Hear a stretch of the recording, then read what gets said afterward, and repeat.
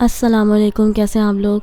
काफ़ी दिनों से वीडियो नहीं डाली थी, लेकिन आज डाल रही हूँ। कुछ मसरूफ़ियत ऐसी हो गई थी, लेकिन अब से जो है वो रेगुलर ही डालूँगी और कोशिश करूँगी कि मैं रेगुलर डालूँ।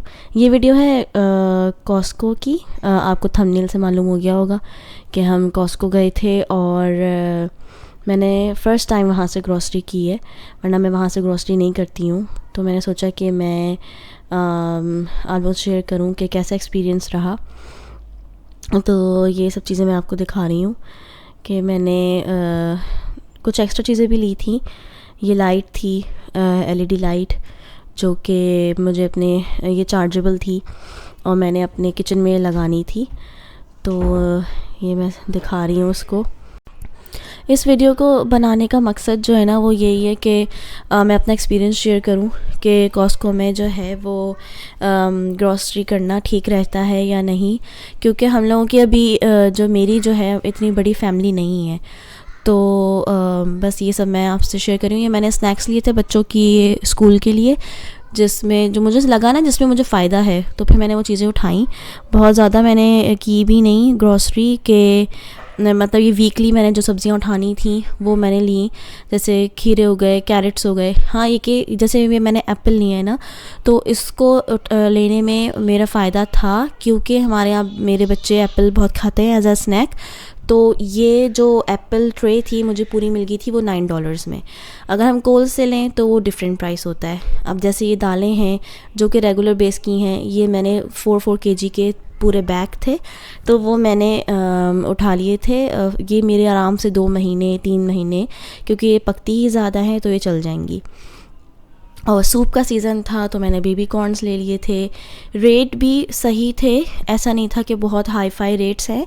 ये मैंने अपने सैलेड ड्रेसिंग के लिए एक मैंने ये लिया था एवोकाडो स्पाइस, जो सीजनिंग थी। और क्योंकि मैं शुगर फ्री ज़्यादा चीज़ें बनाती हूँ, तो ये अगावे नेक्टर जो थे वो $16 में मुझे 2 मिल गए थे, तो मैंने वो उठाए लाइक एज अ स्वीटनर। और ये वैसे केक्स में और इस तरह की चीज़ों में, कप केक्स वगैरह में काम आ जाते हैं। सिनेमन टी वगैरह मैं पीती हूँ, सिनेमन अपने ओट्स के दली में भी डाल देती हूँ। तो ये था। और सी सॉल्ट मैंने ले लिया था ऐसे ही। मेन मकसद मेरा मस्टर्ड ऑयल के लिए था और घी के लिए, जो पीछे नज़र आ रहा है आपको, वो मैंने लिया था। मस्टर्ड ऑयल वैसे भी इंडियन जो है ना मिल जाते हैं आम, लेकिन यहाँ से लेने का मकसद ये था कि ये ऑस्ट्रेलियन कंपनी है और ऑस्ट्रेलियन ग्रोन मस्टर्ड ऑयल है, मतलब ऑस्ट्रेलिया की प्रोडक्ट है। इसी तरह से ये जो घी है ये ग्रास फेड है, तो ये मैंने उठाई थी। और ये एक्सपेंसिव में है ज़्यादा, मतलब ये भी नहीं कि सस्ता है। ये मैंने ड्राइड मैंगोज़ उठाए थे जो कि बहुत अच्छे स्नैक्स रहे थे। अच्छा, ये जो हनी मैंने लिया था ये भी मुझे कोई आई थिंक 17 या $19 का पड़ा था, बड़ा पैक। तो जिन चीज़ों में मुझे फ़ायदा हुआ ना, मैंने वो चीज़ें उठा ली कि ये मेरे काम आएंगी और 2-3 महीने आराम से चल जाएंगी। और ये रेगुलर ग्रॉसरी थी वीकली, जो मुझे करनी ही थी, तो मेरे हस्बैंड ने कहा यहीं से कर लो, क्योंकि अब फिर क्या कोल्स जाएंगे और कोल से फिर लेंगे चीज़ें। इसी तरह ये हमारे यहाँ सैलड्स जो हैं वो जैसे हस्बैंड को भी बना के दे दी, इस तरह से चीज़ें कर ली। तो मैंने बड़े बड़े पैक ले लिए थे जिसका मुझे फ़ायदा हुआ था। अच्छा, ये अच्छी डील लगी हुई थी। और मैंने कब से जो है, मैं वैसे पर्सनली कुकर से और इंस्टेंट पॉट से इन चीज़ों से डरती हूँ।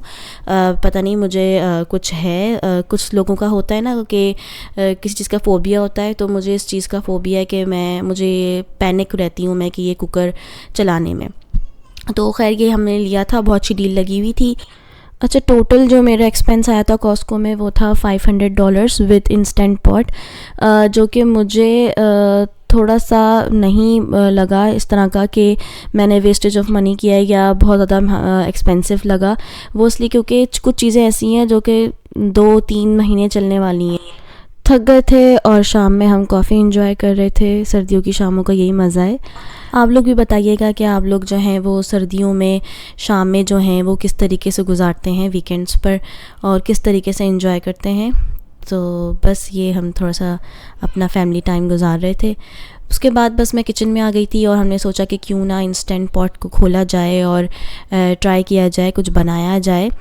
तो डिनर तो बना हुआ नहीं था, तो मैंने सोचा कि स्टू बना लिया जाए। गोश्त वोश्त जो था वो मैं निकाल के गई थी। और ये जो है ना, मैंने स्टेनलेस स्टील को ऐसे ही छींटा मारा बताने के लिए। एक टिप है कि कुछ लोग, हमने भी मिस्टेक की थी। फिर मैंने सर्च किया कि स्टेनलेस स्टील के फ्राइंग पैन कैसे यूज़ होते हैं।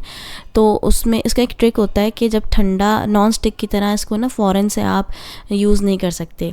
जब ये ठंडा होता है तो आपको थोड़ा सा हीट होने दें और आप ना थोड़ा सा पानी का छींटा मारें और चेक करें कि पानी के जो बबल्स हैं वो एक जगह टिक तो नहीं रहे, मतलब डांस टाइप कर रहे हैं, इधर उधर जा रहे हैं।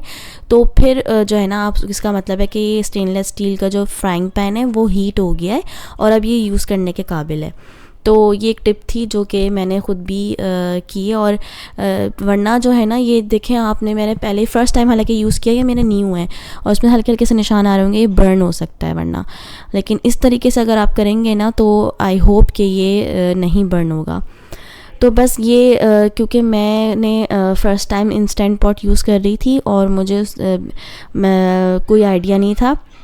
मैं और मेरे हस्बैंड दोनों लगे हुए थे कि स्टू कैसे बनाया जाए इसमें।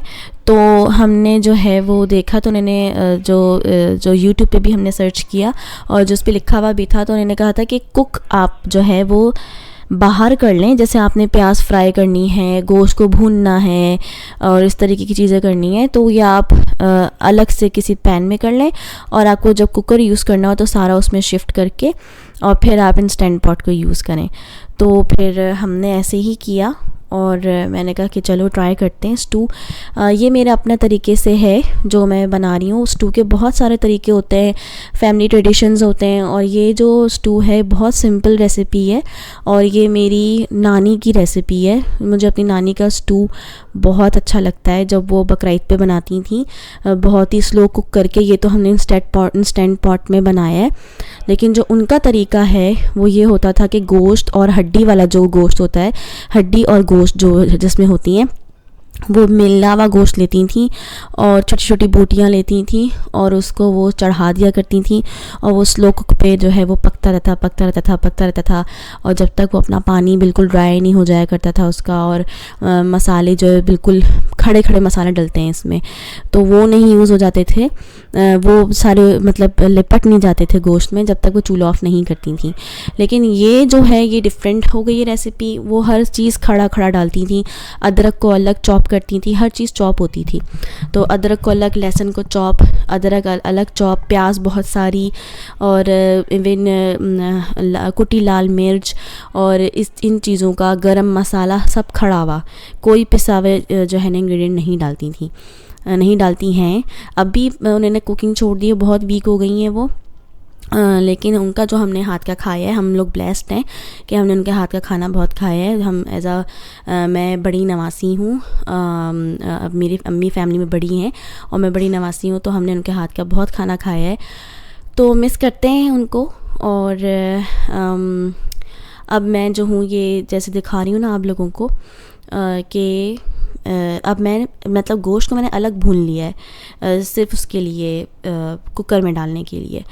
अगर मैं भगोने में बनाती तो मैं फिर प्याज और उस तरह की चीज़ें जो है ना वो मैं एक साथ डाल देती, मतलब प्याज को ब्राउन करती, फिर मैं गोश्त डालती और फिर मैं मसाले डाल के उसको चढ़ा देती।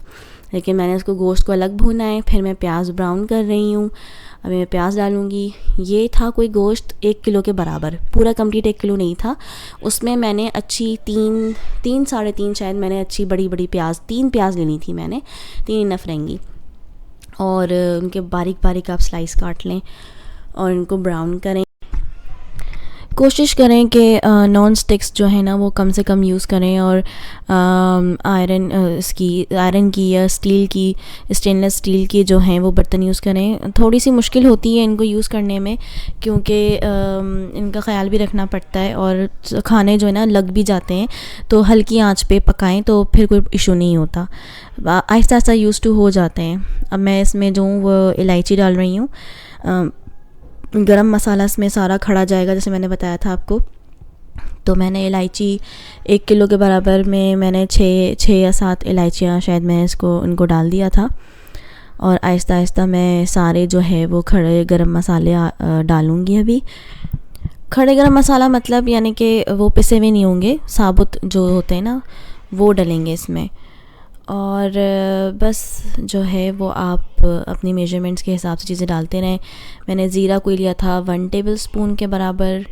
अब तो ज़ाहिर है मेरी शादी को टाइम हो गया है तो अब काफ़ी प्रैक्टिस हो गई है, लेकिन स्टिल मैं मेजरमेंट स्पून्स यूज़ करती हूँ। अपने अंदाज़े से जो है वो तसल्ली रहती भी है, लेकिन मैं फिर भी जो है वो मेजरमेंट स्पून्स यूज़ कर लेती हूँ।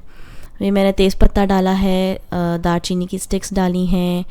अब मैं गरम मसाला डाल रही हूँ। गरम मसाला ये काली मिर्च डाल रही हूँ।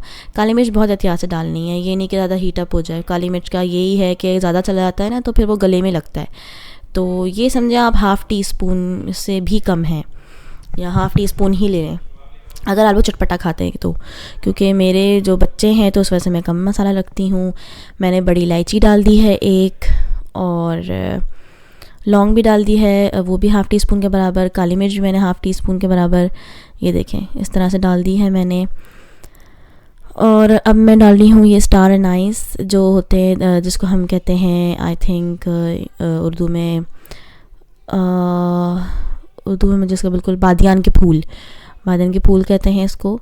तो वो भी मैंने साथ में डाल दिया है। और अब बस ये जो है प्याज मैंने शायद ये फ्राई कर ली थी या शायद मैंने कुकर में ऐसे ही बस ब्राउन कर ली थी, तो ये अभी आगे वीडियो में पता चल जाएगा। मेरी जो है वो एब्सेंस का रीज़न यही था कि बच्चों की छुट्टियां थी और उसमें जो है ना बहुत मुझे हेक्टिक लग रहा था कि मैं कैसे मैनेज करूं। और ये मैं कॉस्को ना बच्चों की छुट्टियों में ही गई थी, तो बस फिर उसके बाद तबीयतें ख़राब हो जाती हैं। विंटर सीज़न में कुछ ना कुछ ऐसा हो जाता है कि आगे पीछे हो जाता है। लेकिन फिर मेरे हस्बैंड की जो है वो कुछ वर्क शेड्यूल ऐसा हो गया था कि बहुत बिज़ी हो गए थे वो, और वीकेंड पे भी उनको काम जो था वो करना पड़ रहा था, तो इस वजह से चीज़ें काफ़ी डिस्टर्ब हो गई थी। लेकिन अब मैं कोशिश करूँगी कि मैं रेगुलर ही रहूँ और इसे एज अ जॉब जो है वो करूँ, क्योंकि ये मेरा शौक़ है और बहुत पुराना शौक़ है। कभी शेयर करूँगी आप लोगों से कि कितना पुराना शौक़ है ये मेरा। और अब मैं जो हूँ थोड़ा सीरियसली मैंने इसको लेना शुरू किया है और अब मैं जो है इस शौक़ को छोड़ना नहीं चाहती। अब ये जो है मैंने देखें इसमें सब चीज़ें कुकर में डाल दी हैं, और मेरे हस्बैंड ने और मैंने इसकी बड़ी जो है ना पूरा रीड की थी मैंने इसकी बुकलेट, क्योंकि मैंने आपको उससे शेयर किया कि मुझे डर लगता है कुकर से। और ये मैंने डाल दिया है स्टूस में मैंने डाल दिया है कुकर में, और मैंने कुटी लाल मिर्च डाल दी है, नमक डाल दिया है, थोड़ी सी हल्दी डाल दी है और साबुत धनिया डाला है मैंने, और थोड़ा सा मैंने पिसा हुआ भी डाल दिया ताकि जो है वो थोड़ी सी ग्रेवी बन जाए, क्योंकि मेरे बच्चे रूखी जो है ना उनको हज़म नहीं होगी। इधर मैं ये सोरडो जो है वो अपने लिए लेके आती हूँ, मुझे अच्छी लगती है ब्रेड, और अच्छी जल्दी जो है वो डाइजेस्ट हो जाती है। तो ये अच्छी मुझे $9 की इतनी बड़ी 2 फीट की तकरीबन शायद मुझे मिल गई थी ये, या 1 फीट की मिली होगी। तो मैं ये काट के ना लंच बॉक्स, एक बड़ा टिफ़िन था मेरा, मैं उसमें रख रही थी। और ये कुकर में ना पानी हमसे ज़्यादा हो गया था और मैं यहाँ ड्राई कर रही थी। और ये है फ़ाइनल लुक स्टू की, जो कि मैंने आपको बोला कि मैंने थोड़ा सा इसमें बिल्कुल सूखा ड्राई नहीं बनाया, बच्चों की वजह से मैंने थोड़ा सा इसको शोरबे वाला रखा है, लेकिन ये बिल्कुल ड्राई बनता है। मिलती हूँ नेक्स्ट वीडियो में। अल्लाह हाफ़िज़।